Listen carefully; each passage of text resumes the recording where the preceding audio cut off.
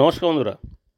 পশ্চিমবঙ্গ সরকারের অর্থ মন্ত্রকের পক্ষ থেকে তাদের সমস্ত কর্মচারীদের জন্য স্যালারি অ্যাকাউন্ট ট্রান্সফারের নতুন গাইডলাইন প্রকাশ করলো।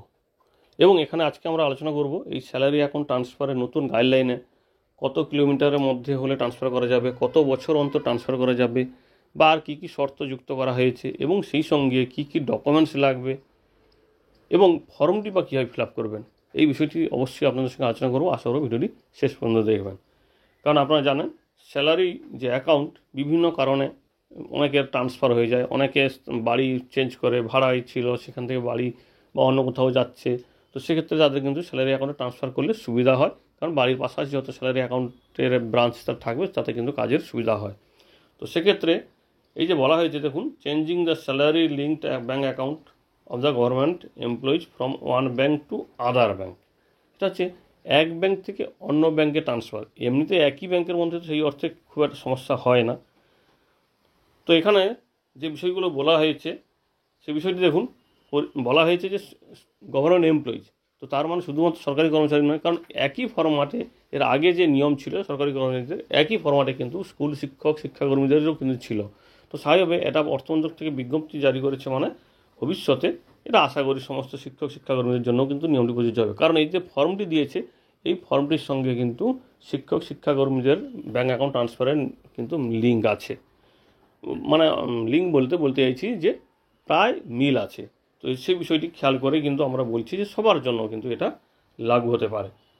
দেখুন, এখানে স্যালারি অ্যাকাউন্ট ট্রান্সফারের বিষয়ে যে বিষয়টি বলেছে, প্রথমে বলা হয়েছে যে স্যালারি অ্যাকাউন্ট ট্রান্সফার করার জন্য ওনাকে একটা অপশান ফর্ম পূরণ করতে হবে, যেটা এখানটায় আছে, এবং এই ভিডিওতেও কিন্তু সেটা আমরা আলোচনা করেছি কীভাবে পূরণ করবেন। সেই অপশান ফর্ম পূরণ করে নিজের যে ডিপার্টমেন্টের হেড সেখানটায় জমা করতে হবে।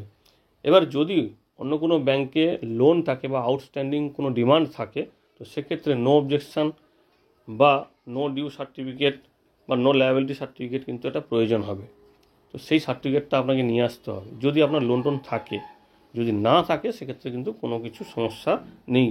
কারণ এখানে বলা হয়েছে যাদের, মানে যে সমস্ত এমপ্লয়িদের এই লোনটি নেই বা অন্য কোনো ডিমান্ড নেই, সেক্ষেত্রে তাদের কিন্তু এই সার্টিফিকেটের প্রয়োজন নেই। এবার আসি যে কতদিন অন্তর ট্রান্সফার করা যাবে এই লোনের, মানে বেতন অ্যাকাউন্টটি বা স্যালারি অ্যাকাউন্টটি। বলা হচ্ছে 3 বছর অন্তর, কম করে 3 বছর আপনাকে একটা ব্রাঞ্চে বা একটা ব্যাংকে অ্যাকাউন্টটি রাখতে হবে। তার পরবর্তীতে আপনি সময় পাবেন। 3 বছরের আগে কিন্তু আপনি এই সুযোগটি পাবেন না। এবং 10 কিলোমিটার হতে হবে আপনার যে রেসিডেন্ট দেখাচ্ছেন, সেই রেসিডেন্ট থেকে আপনার ব্যাংকের দূরত্ব 10 কিলোমিটারের বেশি হলে তবে আপনি ট্রান্সফারের সুযোগ পাবেন। এবং এখানে দেখুন, এই বিষয়টি কিন্তু বলা হয়েছে যে অবশ্যই প্রধান আধিকারিকের কাছে আবেদন করতে হবে। ব্যাংক থেকে ঋণ নেওয়া থাকলে সেখান থেকে নো অবজেকশন সার্টিফিকেট প্রয়োজন হবে, ফর্মের সঙ্গে দিতে হবে। এবং সেই সঙ্গে বলা হয়েছে 3 বছরের জন্য 3 বছর অন্তর এখানে ব্যাংকের আপনি ট্রান্সফার করতে পারবেন অ্যাকাউন্টটিকে।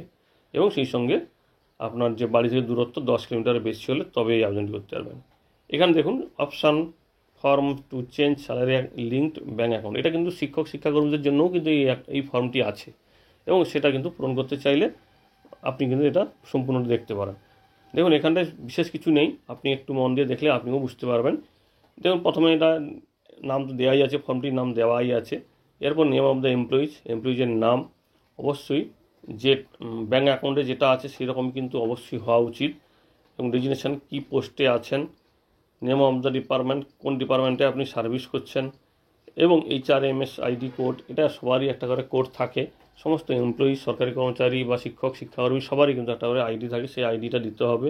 পার্সোনাল কন্ট্যাক্ট নাম্বার দিতে হবে, অফিসের কোনো নাম্বার থাকলে দিতে হবে। এবং এমপ্লয়ি যে জিপিএফ নাম্বার, সেই জিপিএফ নাম্বারটাও কিন্তু এখানে দিতে হবে। এবার আসি যে অ্যাকাউন্টটি এই মুহূর্তে আপনার বিদ্যমান, যে অ্যাকাউন্টে এখন আপনার বেতনটা হচ্ছে, সেই অ্যাকাউন্টের ডিটেলস এখানে দিতে হবে। প্রথমে দিতে হবে ব্যাংকের নাম, তারপরে দিতে হবে ওই ব্রাঞ্চের নাম, এবং তার পরবর্তীতে আপনাকে দিতে হবে ঠিক অ্যাকাউন্ট নাম্বারটি। এটা গেল আপনার যে ব্যাংকে বা যে মানে বিদ্যমান যে অ্যাকাউন্টে বেতন হচ্ছে তার তথ্য। এবার আসি যেটাই আপনি চাইছেন, যে অ্যাকাউন্টে ট্রান্সফার করতে চাইছেন তার তথ্যটা কী হবে, সেখানে এখানে লেখা আছে দেখুন যে নিউ ব্যাঙ্ক অ্যাকাউন্ট।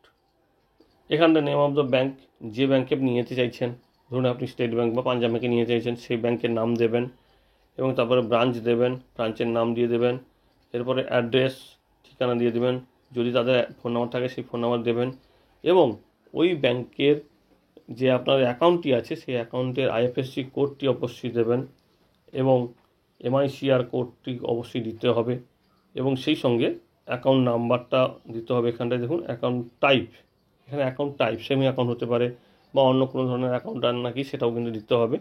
যদি আপনার অন্য কোনো ধরনের অ্যাকাউন্ট হয়ে থাকে সেটাও কিন্তু আপনাকে এখানে দিতে হবে।